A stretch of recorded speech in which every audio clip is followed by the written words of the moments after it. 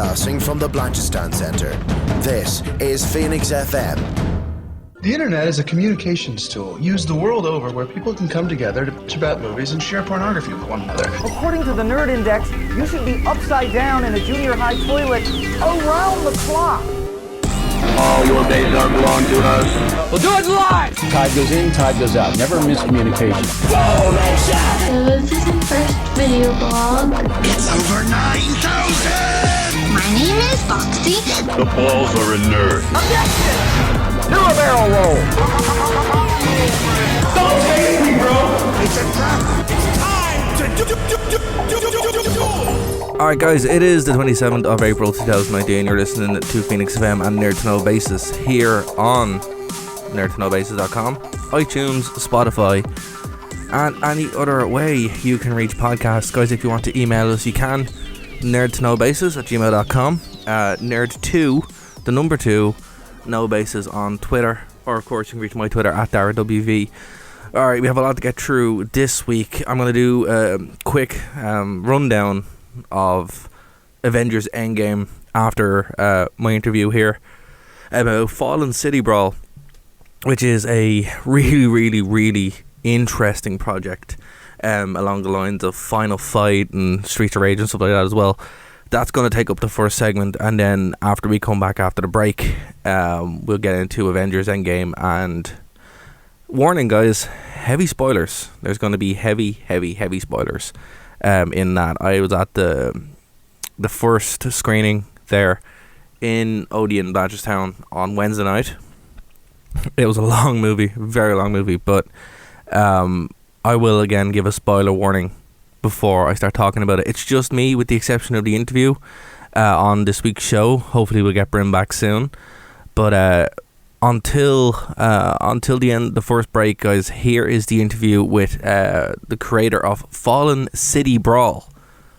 So here we go on Phoenix 92.5 FM.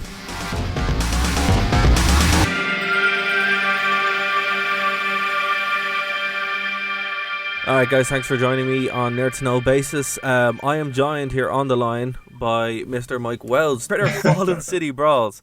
Mike, when I found out that this was a concept that was happening, I had to get you on, because I'm a huge fan of Streets of Rage and of Final Fight. So, you know, the fact that someone in 2019 is looking to make a game based on that.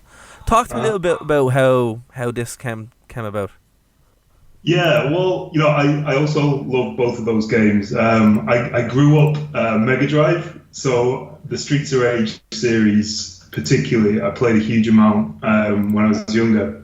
So that kind of becomes like part of your DNA, you know. Before the Streets of Rage, I guess, going way back, you used to have a Spectrum back in the day. So there was a game, I don't know if you remember, a game called Target Renegade. No, it's a little bit before my time.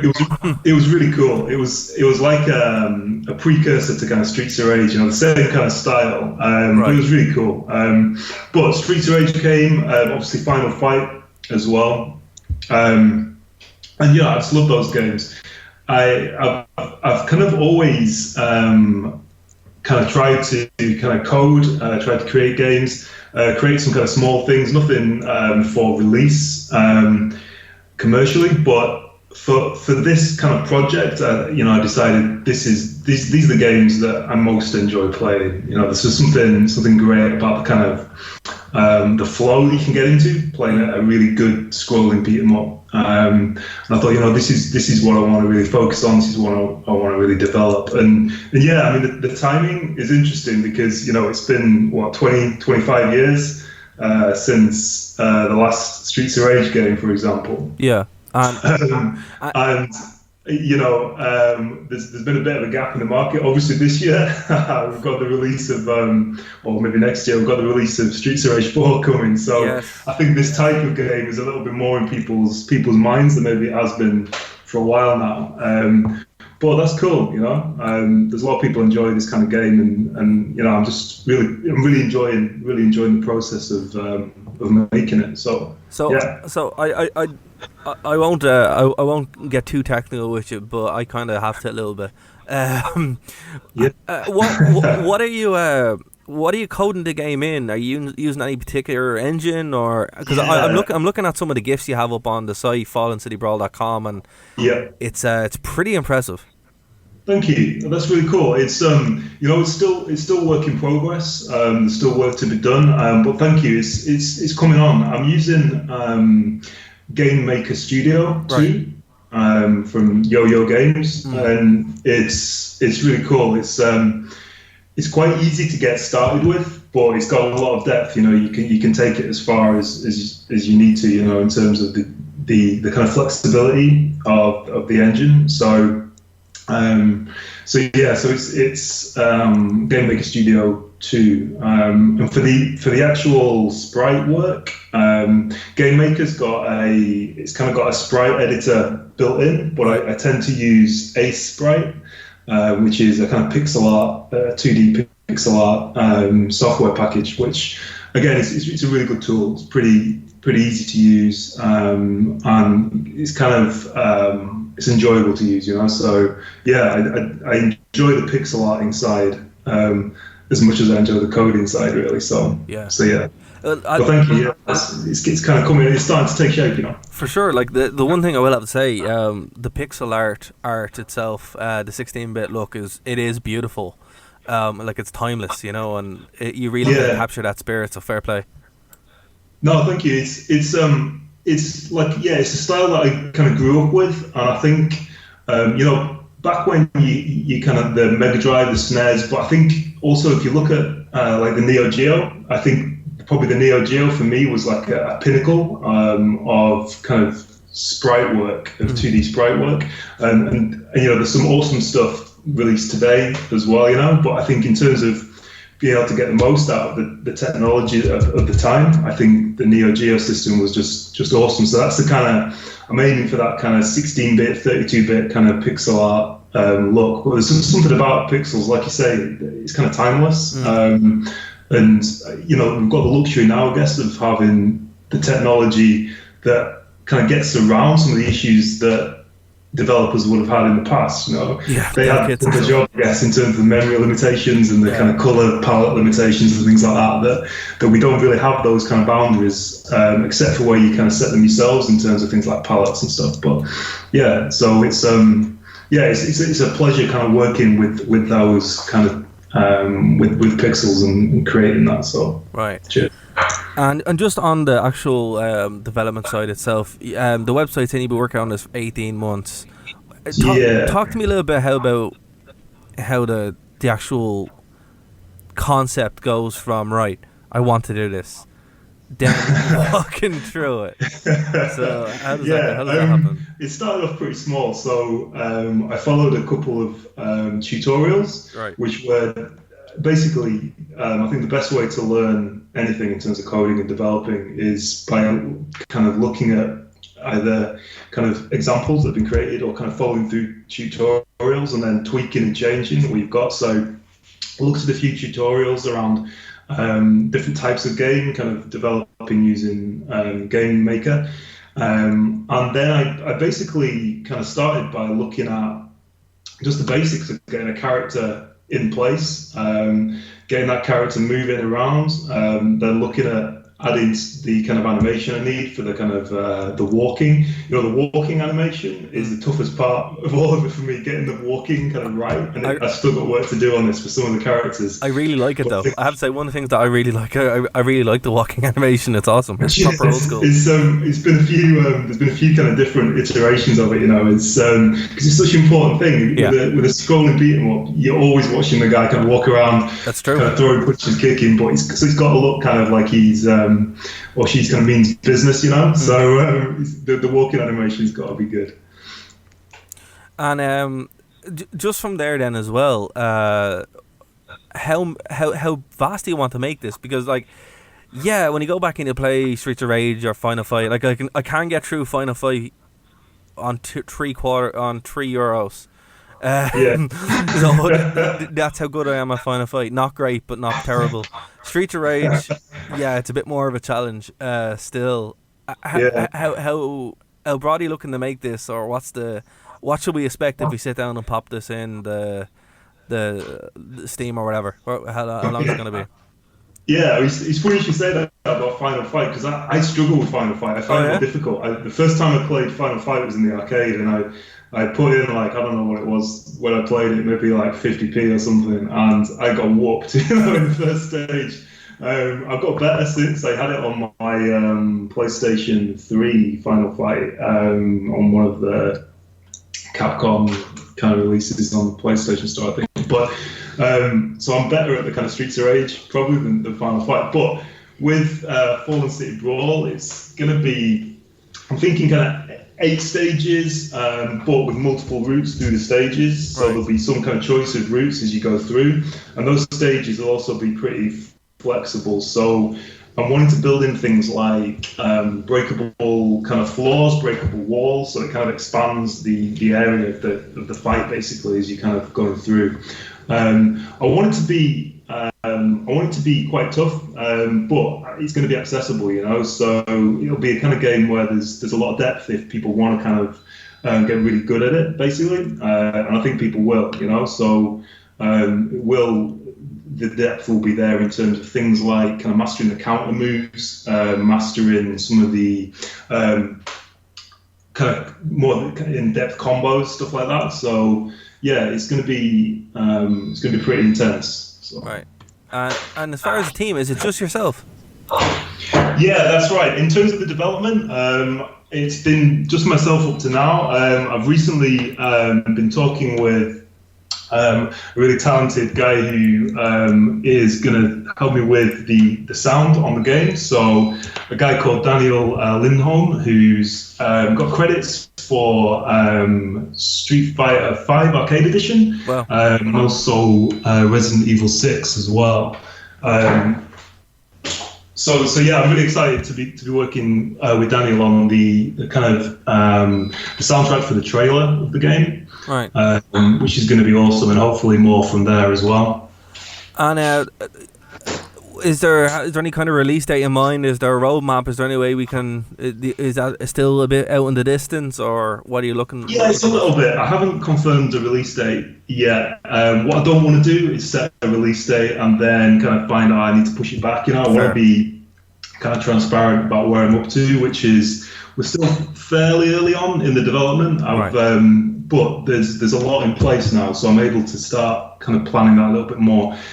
What I would like is for this to kind of be released probably the first half of next year. So we're thinking kind of within the next 12 months. I would hope that we'll be kind of approaching release. That's my aim, but I haven't kind of set that date yet. And what kind of platforms are you looking to do? Or is it going to be, you going to aim for like a Steam release, or are you going to try to go old school? Or yeah, I think the Steam release, certainly a PC release. I expect that I'll be looking at kind of Steam there. I think in terms of consoles, it'd be great to be able to release this on current consoles as well.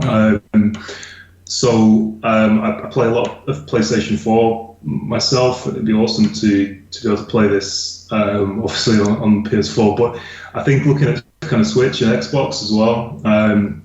So haven't confirmed the kind of formats as yet, but I think the PC is definite, and then the plan is also console releases as well. There's processes to go through with the platform holders for each of those, so I can't kind of guarantee that until obviously I've kind of approached those processes, but that's what I would like. And there's some kind of logistics in terms of kind of capacity to be able to kind of release at different times or kind of simultaneously, but I need to kind of have those discussions and work that out really.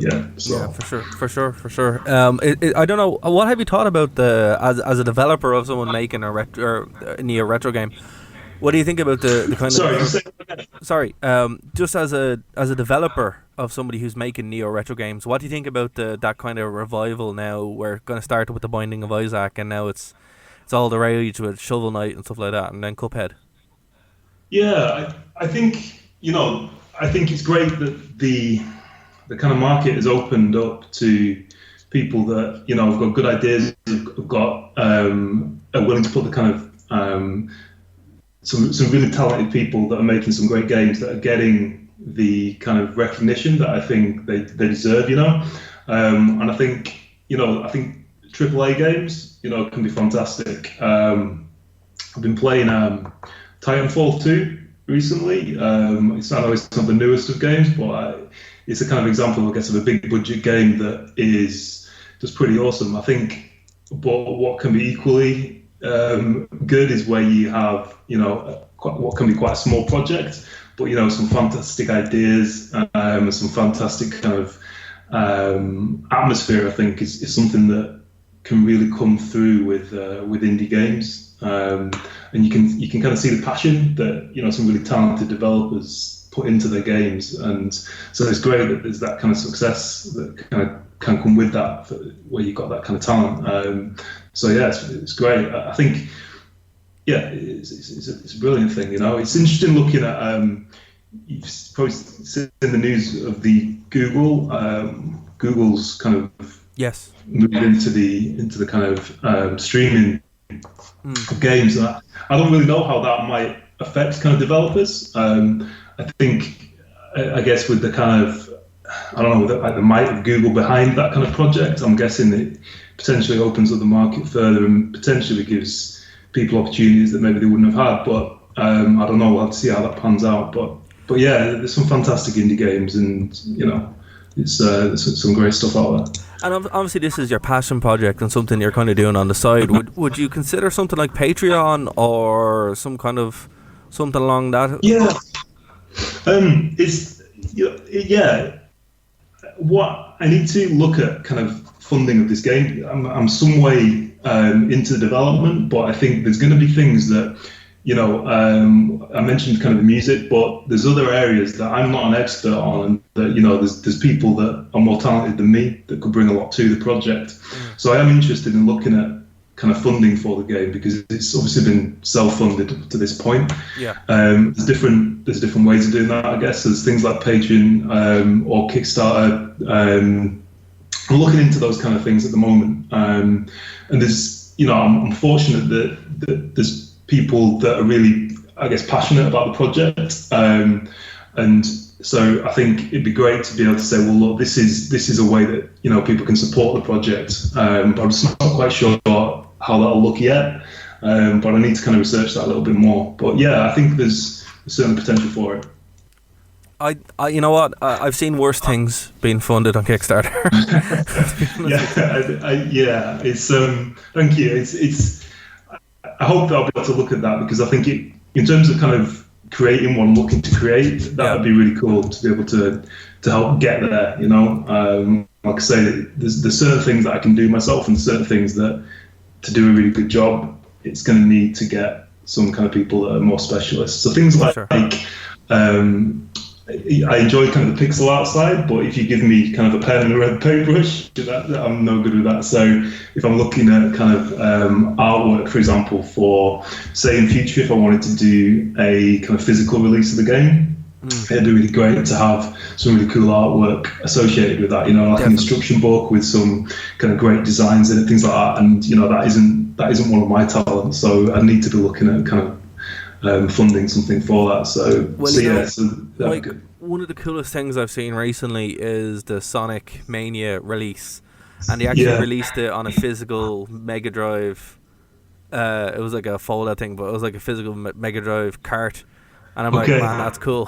That sounds really awesome. You know what? I like Sonic Mania. I love Sonic Mania. There's occasionally on my Twitter, I've uploaded like screenshots and things of Sonic Mania. It's that kind of game that I kind of go to just because it's so just quick to get into. You can have 10-minute go on it here and there. I tend to kind of go into Sonic Mania on the PlayStation and play a bit. But I think it's a really good example of a game with kind of pixel art that's done so well. It's got a real retro feel to it, but it's bang up to date as well. It doesn't feel too retro. It feels new. Despite having that kind of aesthetic. So yeah, I love Sonic Mania. I didn't know there was the that kind of recreation of it. So that's really cool. Yeah, well, I'm a huge Mega Drive fan. I literally have one still connected up, and I have another two in a box. Awesome. Yeah, man, it's great to talk. What do you play on it? literally play Street of Rage. Big fan of Kid Chameleon. Kid Chameleon is my go-to game when I'm bored. I go through Sonics, and then RoboCop versus Terminator is always a fun time. Oh, that's a great game. Do you know what? Technically, as well, that's so far ahead of its time when it was released. Just like huge sprites. Really, really great visuals.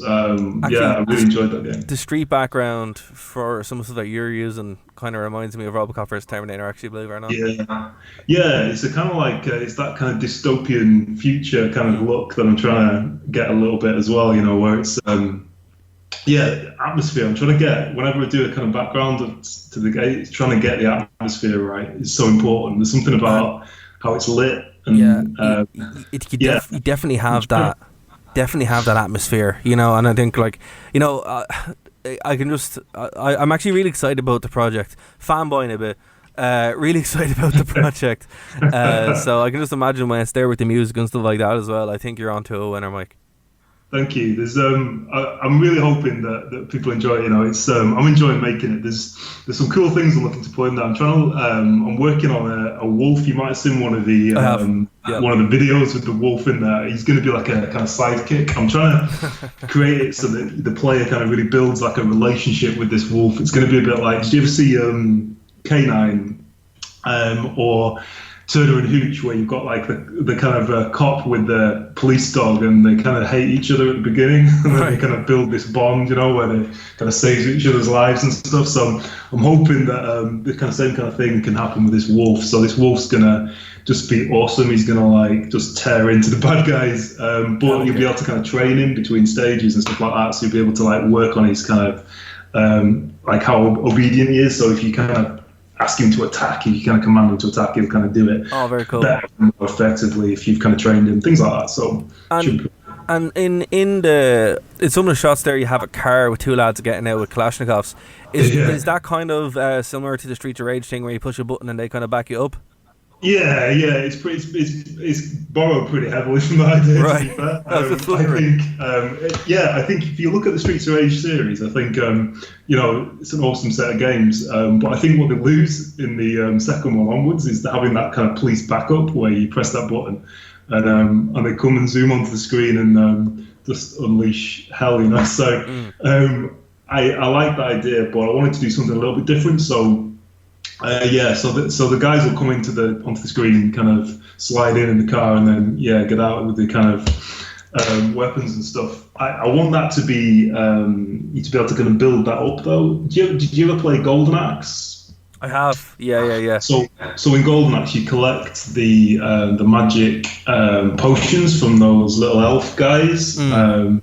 And you can build up the special powers that the character has right up to. So I think if you were like Tyrus Flare, the Amazon kind of warrior, if you had like a full magic gauge, it would go like a minimum magic gauge would be just some kind of small fires going on the stage, but the maximum would be like this huge dragon just swooping in and burning everything. And so I wanted a kind of similar kind of system with this. So like early on, like the car kind of coming in with the two guys in it would be one of the earlier on kind of specials. But if you build it up, if you build up that gauge, you're going to be getting into kind of things like something I'm working on at the moment, which is like a Russian kind of gunship, like a Hind D gunship, kind of coming on and just obliterating everything. So you're going to be able to kind of really build up that kind of special attack.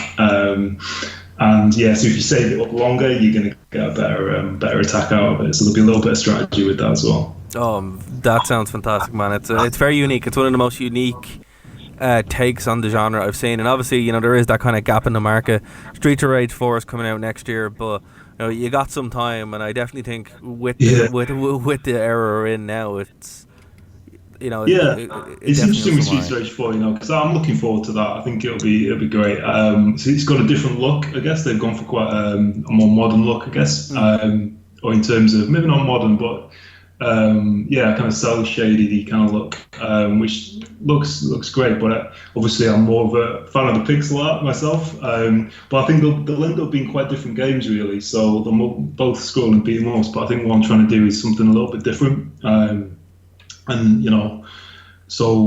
hoping people will like both, so. Okay.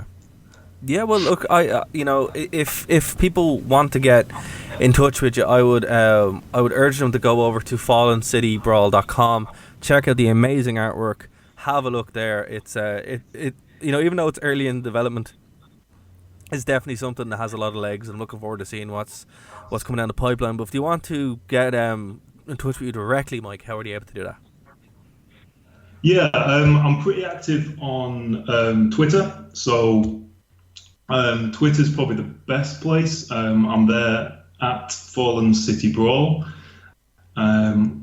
so people can catch up there. Also on Instagram, so that's Fallen City Brawl on Instagram as well. But yeah, Twitter's probably the best way. Also through the website, there's a newsletter that I've set up, and the idea is that I send people the newsletter, and that's got the kind of latest stuff in there, so the latest screenshots, latest videos for people that have signed up to the newsletter. It's free. Just kind of on the website, you can put in an email address, and I'll ping you the kind of newsletter every kind of few weeks, basically. So people have found that pretty cool as well. But yeah, Twitter's probably the easiest place to get me at Fallen City Brawl. All right, very cool, man. And I'll be keeping an eye on the project. Thanks very much for coming on. Hopefully we'll have you on in the future. You're obviously more than welcome. I've really enjoyed this. Thanks so much. That'd be really good. Look, it's been great being on, and thank you for inviting me. It's been really cool. All right. Okay, guys, stay tuned to NerdtoKnowBasis. We'll talk to you after this.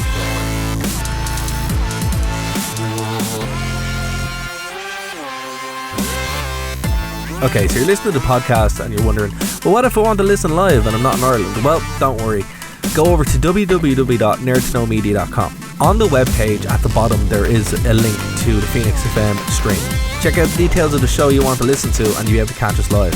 Don't forget to tweet in nerd2, the number 2, no 92.5. Of course, you can contact us via the contact tab on the website over on NerdtoKnowMedia.com.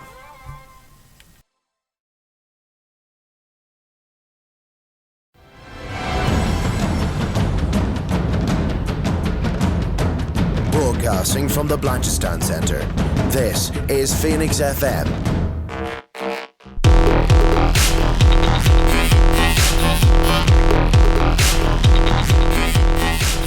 Okay, folks, welcome back to NerdtoKnowBasis here on Phoenix 92.5 FM, NerdtoKnowMedia.com. And any other way podcasts are made available. We are live every single Saturday, or at least a pre-record every single Saturday, and you can get our stuff on Stitcher as well. Please go over to iTunes if that is your preferred platform and leave a review. That really helps us grow the platform a little bit. I have a Patreon if you want to go over and help the show in that way. Search Nerddux, so NERDDUX. That would be pretty cool as well. But yeah, that's all the plug-in done for right now. Let's switch gears a little bit and talk about the MCU. So, Endgame came out this week, and I'm pretty sure that you guys have been itching to watch it, and if not itching to watch it, have seen it already. Because I know myself, I couldn't help myself. I had to go and see it the opening night, and like it was just one of those things where I was just like, right, if I don't go see it, I'm going to spoil it for myself. Now I did. I actually watched a video that went through all the spoilers beforehand, and what was interesting about it wasn't really confirmed spoilers. It was one of the same people that gave spoilers on The Force Awakens and also on Infinity War as well, so it was pretty much on point. Like, I knew who was going to die and the basic beats of the story, so you know, I knew straight off the bat. And spoilers aren't a huge thing for me. I don't really care. But I know for some people they are. So before I get into Endgame and, you know, talk along the movie, I'm going to spoil it, guys. So if you don't want to listen, turn off the podcast or the radio now and, you know, go watch the movie and then, you know, turn it back on. But let's say that, right? So it's about 3 hours long. Now, it's not the longest movie ever. If you guys remember Lord of the Rings, that was, you know, that was standard. They're 3 hours, and that's just a cinematic release. But I noticed myself it's been such a long time since I sat in the movie theater for that long, So yeah, my knees were a little bit sore and yeah, a little bit uncomfortable, but it was worth it. Like, you couldn't have told a story without that runtime. You know, it was one of those things where if they had to just set back and cut this movie down, or God forbid split it into another movie, so you had a trilogy, that would have been a waste. You know, people are saying, well, why didn't you just do it in the first movie? Well, then that would have been 7 hours long. The first part of the movie is quite slow, but I think it's important. It's like character building, a lot of character moments, a lot of growth, and kind of setting the table for what's to come. Because from the second act on, it goes a bit mad. You know, that's when you have kind of the heist element of it, and then the third act is all full on battles and action. But what's interesting about it is, while there's your traditional 3-act, structure, there's also like 9 acts in it, right? So each of those 3 acts has 3 acts inside it. So while the movie's long, it does kind of zip along, because you're not kind of sitting there waiting for payoffs. There's continued payoffs, and the way the Russo brothers have actually constructed this movie, it's very enjoyable, and you feel it physically, and you need to pee super bad after, but you don't feel it. You're not really aware of the time. You're not really looking at your watch. Now, I know, like, when I was watching Captain Marvel and Black Panther, and yeah, I looked at my watch a lot with those movies. I fell asleep in Captain Marvel, but that was for different reasons. I enjoyed it a lot more the second time. Even Infinity War, I felt the time move a little bit more than I did in Endgame. Endgame was all set up to be a payoff movie, and there's a lot of fan service, so I appreciate that. Some people are upset by that, but I don't know why. They're not happy being a fan or something. It just doesn't make any sense to me. Alright, so let's get into this. So the basic plot picks up 21 days after the snap, right? And it's basically showing the world how to, what the world's like. Okay? It shows Hawkeye and his family just before. That's the very first scene of the movie. And then the snap happens and bang. So you get more kind of like context of what happened to regular people around that event. From there, you go cuts up to space and Star-Lord's ship. Tony and Nebula are on the ship, and basically they're about to die. Right, Tony's literally about to die because they've run out of food and oxygen's about to run out and all that kind of stuff. So out of nowhere, Captain Marvel appears and brings the ship back to Earth, back to the Avenger compound. They kind of regroup and they decide they want to go after Thanos and kill him, and hopefully reverse whatever's been done. Tony says, no, you had the chance to do this during Civil War, and I told you this was going to happen. You didn't listen to me, so I'm out. So he disappears and he's gone. Hawkeye is also nowhere to be seen, and the team is whittled down to Thor, Hulk, and Black Widow, and a few others, but War Machine and that. And there's not a lot of guys left, but they do manage to find out where Thanos is, where his retirement planet is, because Nebula knows where it is. They go there and they find out that the Infinity Stones are gone. Thanos has destroyed them, and it nearly killed him by doing so, because he re-snapped again, and it took a lot out of him, so he's close to death anyway. Upon that revelation, Thor freaks out and cuts his head off, killing him. And he's dead. He's, gone. But they can't fix it. Thor kind of takes that badly and goes missing, and then it's a hard cut to 5 years later. We see Scott Lang, Ant-Man, appear. A rat runs across the console and he pops out of the van, which we saw at the end of Ant-Man and the Wasp. And for him, it's only been like 5 hours, because time moves differently in the quantum realm. So he's trying to make his way back, and he makes his way back to the Avenger compound somehow. And then tries to explain basically a time travel mechanic. And so we're like, oh god, time travel. Well, I actually really like how this was done. They, make fun of a lot of time travel stuff in the past. They lampshade it, and then they a lot of Back to the Future references and all that kind of stuff, which I enjoyed. I thought it was fun. A lot of comedy in this movie as well. Like, it's very, very, very, very well placed comedy. It's not your traditional Marvel quips. It's just more fun and lighthearted. But that's the kind of setup for something else. So they go to Tony and he's like, "No, look, I have a wife and kid, and I like this. I don't want to lose it." And basically, his dilemma is he's happy that Pepper Potts survived the snap and that he's able to have a daughter with her, and that while a lot of people lost a lot of things, he actually got a lot, and he doesn't want to upset her, or he doesn't want to do anything that could change it, which is fair. However, the team under Professor Hulk, because the Hulk now is Professor Hulk, or the Grey Hulk as he's known in comics as well, which is a fusion of the Hulk persona and Bruce Banner, basically. So that's kind of, they go to him and they're like, right, let's build a time machine. And it doesn't go well. Some comedic scenes when they're trying to test it. And basically it works on the premise using the quantum realm. So they use Hank Pym's technology to shrink down to be able to go into the time vortex and jump out, basically navigate time. And the only way they can do that is with Tony's help, because he's the only one smart enough to be able to do it. Who's Hank Pym? Because Hank Pym is obviously snapped out of existence. Eventually, Tony does show up and he's like, "Hey, look, I figured it out." And they formulate the heist, the time heist as it's known, where basically they can't kill Thanos because that won't do anything. It'll just, string theory. So it'll create a new time line rather than their timeline. So if they kill Thanos, nothing will happen in their timeline, but a new timeline will be created where Thanos never snapped. All right.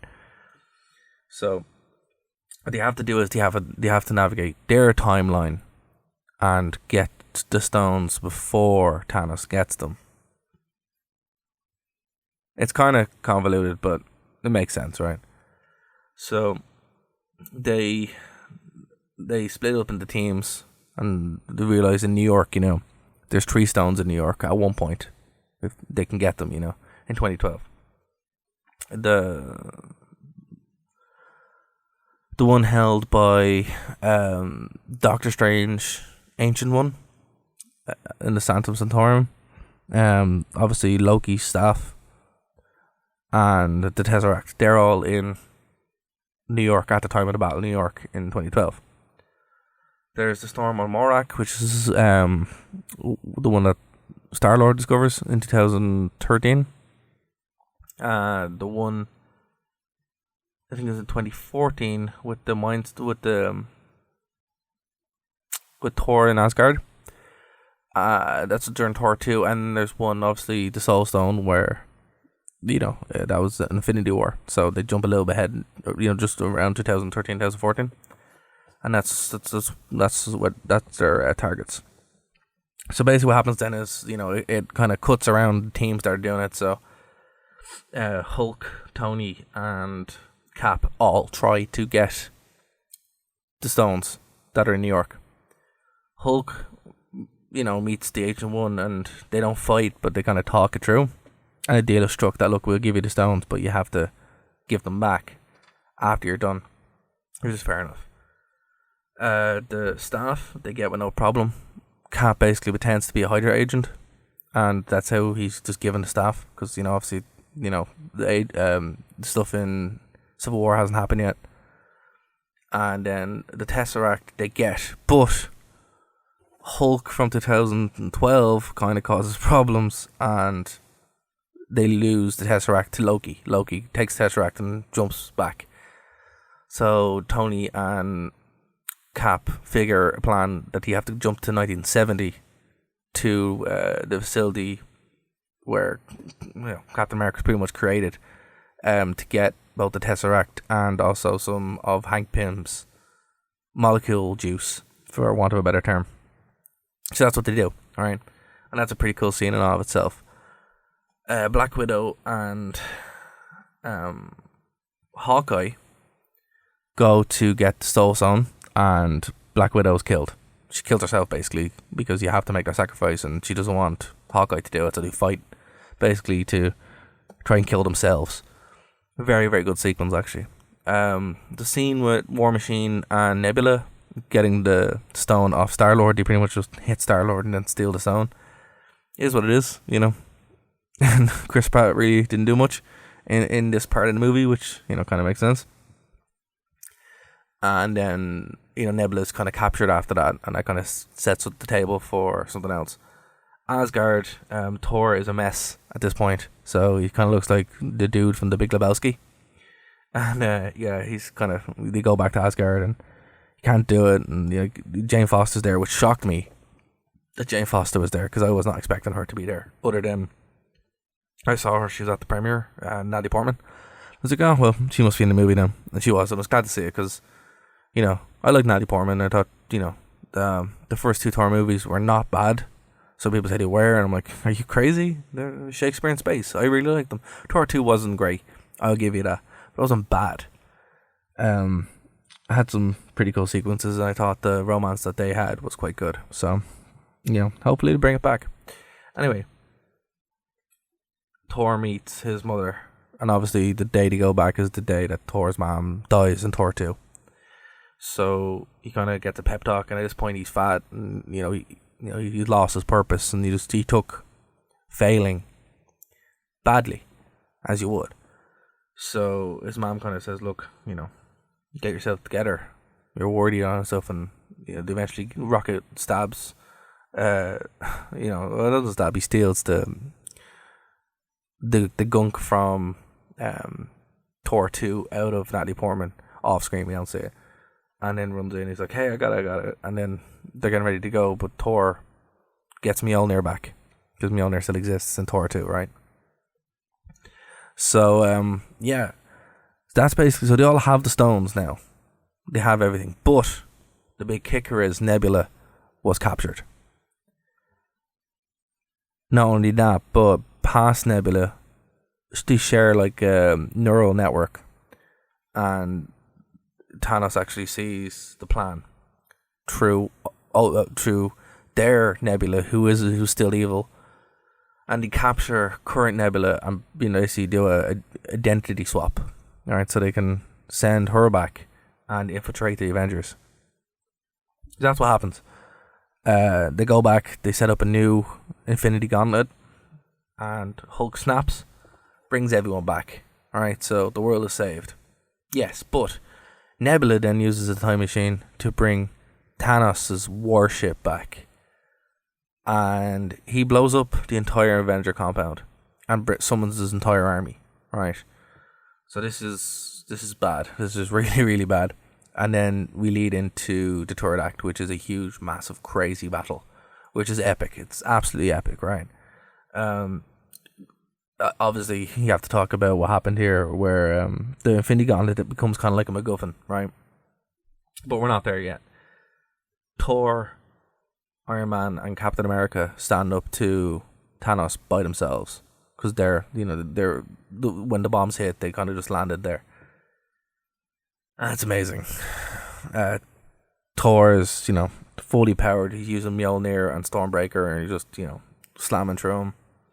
Iron Man, repulsors, all that kind of stuff, you know, firing everything he has. They both get knocked out, and then Cap gets up, picks up Mjolnir, and starts wielding Mjolnir, which is a great callback to Age of Ultron. He's just hitting him with Mjolnir, and, you know, it's awesome. Using lighting, which is actually amazing. It's really, really a highlight of the movie to see that. You know, it is really, really good. But then Cap's shield breaks and he's beaten, and, you know, Thanos is like, look, it wasn't personal before. I just didn't care. It was just, you know, the mission. But now it is. I'm going to destroy everything and start again. And at that point, a boom tube, for want of a better term, opens up the portals, and it's Doctor Strange and all the wizards opening up, all the sorcerers opening up portals, you know, to Wakanda, to Asgard, to Titan, all this kind of stuff, to bring back everybody, because obviously during the snap they all came back, right? But yeah, so that's kind of what happened. And then it's a fair fight. So it's every single Avenger, massive armies, Asgardian armies, Wakandan armies, all going at it. So everyone you've ever seen in these movies shows up and they fight, and it's epic. You know, it's like the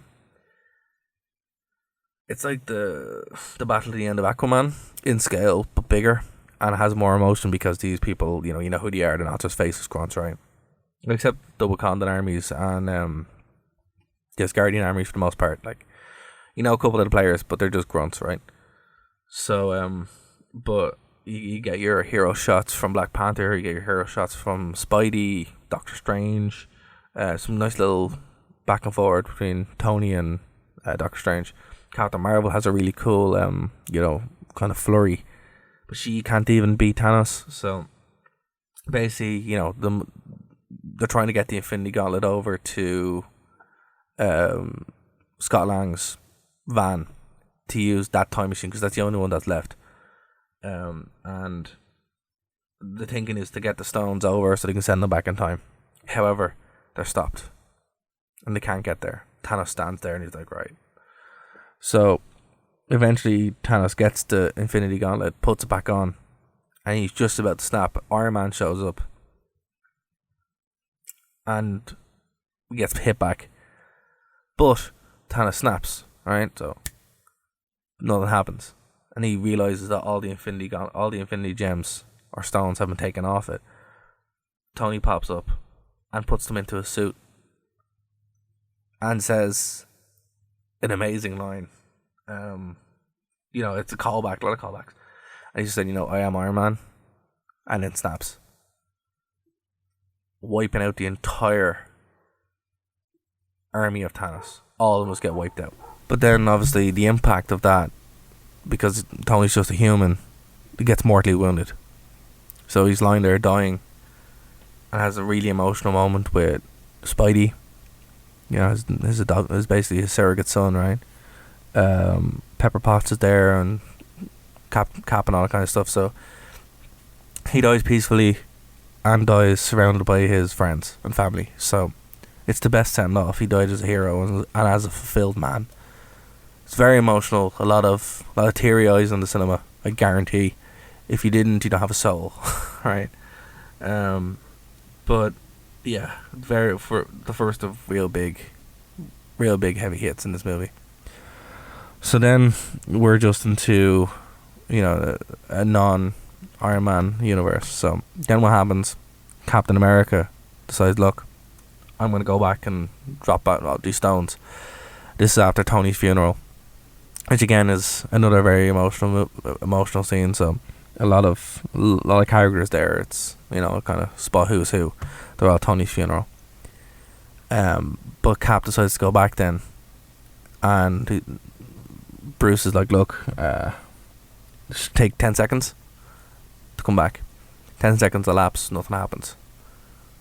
And War Machine, not War Machine, so the Iron Man thing on the brain, Falcon starts freaking out, going, what's going on, where's he coming back? And Bucky's like, come on. And then Bucky sees, hey look, there's an old guy sitting on the bench, and it's Steve Rogers, as an old man. Falcon goes over and he's like, hey look, I decided to stay. And then he notices the wedding ring and he's like, you want to tell me about her? No. Which is a funny little thing. But then he gives Falcon the shield. He goes, look, you're Captain America now. Alright, so we have, just like in the comics, we have our new Captain America, and they'll probably throw the Captain America thing between Falcon and Bucky, because we've seen both of them being Cap at one point, which both are cool, but whatever. Sam deserves it, and that's what they kind of say. So that's why Bucky lets it go. He's like, yeah, look, you're better than me, as far as you weren't a trained assassin, right? But I'm sure they'll figure out that down the line. There's a TV show coming up and obviously more movies, so we'll see what happens. But for now, the mantle is with Sam. And then it cuts to what Cap was doing, and he's dancing with Peggy, and then it cuts to black. And that's a beautiful ending. It's one of the most emotional movies I've seen in a while, and it's not just because it's, you know, it was a good movie. Like, genuinely, if you've never seen a Marvel movie before, you'll enjoy it. If you have, casually, you really enjoy it. And if you're a hardcore fanboy, fangirl, or whatever, you'll love it. You'll adore it. However, I'm finished with the MCU, I think. Obviously, we're doing the show, so I'll still go see the movies for the most part, but I think Bryn might have to watch the movies more than me, but I'm kind of done. I got what I wanted. I got the definitive ending to my favourite Marvel characters. You know, Thor's still around, and Guardian's still around, Doctor Strange still around, Spidey, so I'll pop in for those movies, and if there's an FF movie or something like that, oh, definitely, yeah. I'll definitely watch FF movies. But, you know, the MCU was Tony Stark and Robert Downey Jr. for me. So he's not there. The heart is kind of gone, right? So where do you go from there? And I'm sure they're going to make good movies. You know, it's just like a lot of the characters don't really appeal to me, and there's stories to be told there. But the way I see it is now, it's not, I don't want people to misunderstand what I'm saying. This is like comic books. For me, the MCU movies are like visual comic books that cost millions of dollars. I don't buy every comic book. I have comic books that I read runs of, and then might not read back, you know, after a writer leaves or something. Sometimes I do. And that's kind of what it's like. You know, for me, the MCU now is literally like a comic book. So the run I liked is over. I'll see what the run is like now for phase 4. What that 10-year arc's going to be like. And if it appeals to me, great, then I'll watch it. But if not, then I won't. It's like when Scott Snyder left Batman, I stopped reading Batman, and then he did the Batman Who Laughs, and I love it. Alright, so I've seen a lot of people freak out online, you know, for different things. SJW this and alt-right that, and you know, spare me. This is just comics. If you've never read comics or read them properly, this is what it's like, you know. You're not gonna like every comic that comes out. You're not gonna like every comic writer that comes out. Doing these multi-movie arcs, this is how it needs to be. So if you don't like the overall arc, then you're not gonna like the thing, you know. You're not gonna enjoy it, so there's no point. But that's still early days. We'll see what happens. Alright, as I said, Thor's still there. He's joined Guardians of the Galaxy. That's pretty cool. I want to see that. Doctor Strange, I love Doctor Strange. I want to see his movie. Spidey, obviously. But yeah, it's just they have to do a lot, you know, to really kind of fill that Tony Stark, Robert Downey Jr. void, because he was the heart of the MCU. They haven't got heart of the MCU now, so they need to kind of replace it. Captain Marvel's not it. Nothing against Brie Larson. I actually like the Captain Marvel movie the second time. She's not it. Alright, she's just not. I'm sorry, she's not. Guardians you might have a better run with. You know, you could do something, but then again, you know, there's no gravitas there. Sam and Bucky, yeah, maybe. Doctor Strange would be a better shout, you know, if you're going to try and pull something around with him. But then again, you know, we have FF, so you can bring in Reed Richards, and then the X-Men and that as well. So there are a lot of things on the table, and I'm confident that obviously these movies are still going to go on. They're still going to be there. They're going to obviously make millions. This movie's going to make $2 billion. That's what it's tracking to do. It's making crazy money already, and it's a Friday when I'm recording this. People aren't off work yet. It's already breaking records around the world. I love that Jim Starlin was in the movie. He's the guy who created Thanos. You know, there was a random cameo, and I cut forward to an old looking guy. I'm like, he looks really familiar. I don't know why. And then I saw the credit. I'm like, oh yeah, it's Jim Starlin. You know, I'm like, oh, it's great. So yeah, if you guys haven't read Jim Starlin's work, do, because obviously you're a fan of it because you like Thanos. A lot of his stuff was and is cosmic-y kind of stuff. So it's all like crazy gods and titans and stuff, but it's fantastic. You know, he also it was instrumental in the Teen Titans, you know, making them good. And I think he did The Cult as well, the Batman series, The Cult. I could be wrong on that, but every part of me is saying that he did. But yeah, check out his work. It's great. One of the best. So guys, look, let me know what you thought about the movie. Tweet us. You can tweet either at nerd2, the number 2, no, on social media. That's Twitter. Or you can just tweet me at RWV. Let me know what you think, because there's a lot to say. Don't spoil it for people who care about that. It's kind of harsh if you do. But yeah, I'll be happy to discuss it with anyone. So guys, look, that's going to do it for this week's show of Nerd to Know Basis. I'll be back next week either way. We'll try to get Brain on. If not, then I'll just do another show again myself. But yeah, we're going to try to get these going more often, because I have noticed that we kind of dropped our upload a little bit, and you know, Phoenix FM have been great to us over the years, so I want to keep that content going. Go over to NerdtoKnowMedia.com. Our full archive show is there. I'm building out my Twitch stream. It's linked to the Patreon as well.